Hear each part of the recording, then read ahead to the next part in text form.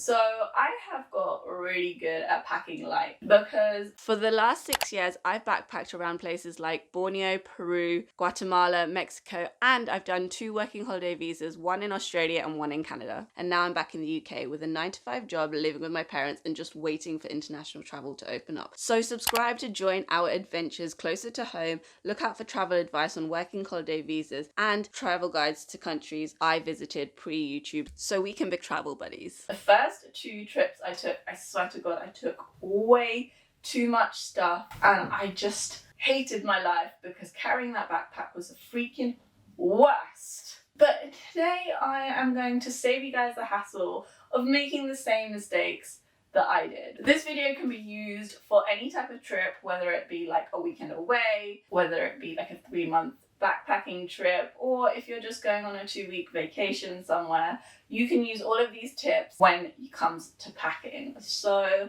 let's get started. Tip number 1, use a smaller bag than you're actually going to use. If you've got check-in luggage and you know you can take 24 kgs with you, take a bag that can only fit 20 kgs, because honestly it means that you have that mentality that you only have a certain amount of space, so you can only take a certain amount of stuff and then put it in the bigger bag last minute. So I'm actually already using quite a small bag. I was thinking I might use like a little rolling suitcase, but instead I'm just gonna take this backpack with me. It is, oh my god, how big is this backpack? I have no idea. Let me find out. This is a, it doesn't say it here. Of course, I have no idea. I'm gonna go with like 30 litres, I think. But the reason I'm taking this is because it actually has space for me to put my laptop in here. Number 2. Do your research. And I'm not just saying do your research on the place that you're going. I'm also saying do your research on where you're staying. Do they have a hairdryer? What do they provide you with that means that you don't have to take it with you?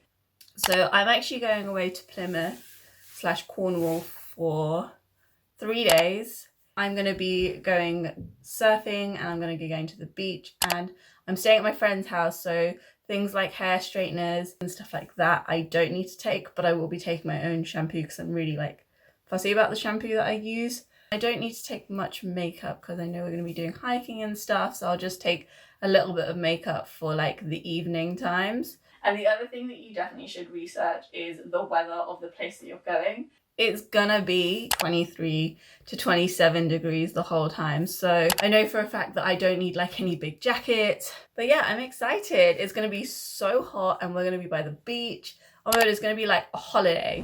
Number 3, be realistic. Write out what you're gonna be doing on each day. So the best way on shorter holidays that I do it is block out days, and then I'll just write exactly what I'm going to be wearing. And then you'll find that there's a lot of things that repeat. This outfit and this outfit is basically the same, apart from that jumper jacket, which I also have here anyway, because basically I get cold on trains because they sometimes have the AC on quite high. This outfit is obviously going to be the same. And then this is going to be an outfit by itself, and this, but even this kind of has like parts, like I can wear that same top, the nice top here, as I do here, because you won't even see it anyway. Comfy trainers. So as you can see, I actually don't really need to pack too much. The problem is that once I start looking at my clothes is that I'll want to pack more. So that's where my next tip comes in. Number 4. Number 4 is my absolute favorite tip for people because it's the thing that people struggle with the most. It is be brutal with yourself. If you haven't worn a top in 3 years and you're like, oh, you know, maybe I'll wear this on holiday. Are you going to though? You have to like imagine yourself in that outfit and what you're going to be doing, because push comes to shove, you'll probably go back to your standard basic outfit that you always wear and you won't wear that top or that dress or whatever it is. Okay, so we've put everything that's on the list here. My bed, can you see it? Yeah. I've got a cute dress. We're just gonna go simple, just a little pretty black dress. And then I'm taking this grey dress for the beach. This is my beach dress, so that'll be good. I've got my underwear, got my socks, and instead of a warm jacket, I'm gonna take this jean jacket. It's kind of warm-ish, so it'll be fine. Jeans, a nice top, and then some comfy trainers. So that's this. Which I think is everything I need for the whole weekend. It seems like quite a lot of stuff though. That seems like too much stuff for me.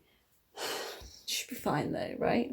Should be okay. You guys are okay with me wearing the same outfit twice. And my last but best tip. Basics are everything. Having a plain black tank top, having jean shorts. These basics, honestly, you can mix and match them, so you don't have to have like a whole new outfit every single day. And I think the other thing that people need to remember when they're on holiday is like, no one cares if you wear the same outfit. You don't worry when you wear the same bikini all the time, so why would it bother you wearing the same clothes? Honestly, I've kind of only taken basics from the fact that like this is the only like out there piece, like it's, and that's only because of the color. This is like my dress. It's kind of like a nice little cute skater dress thing. It's not out there. Yeah, I'm all for basics, as you can tell. Also the other great thing about this is that I can mix and match. So I can wear this top with these jeans, or I can wear this top with these leggings, or I can even wear this top underneath this dress, like as like a cute little layering. So I have like lots of like options. Let's actually put all this stuff in there, shall we?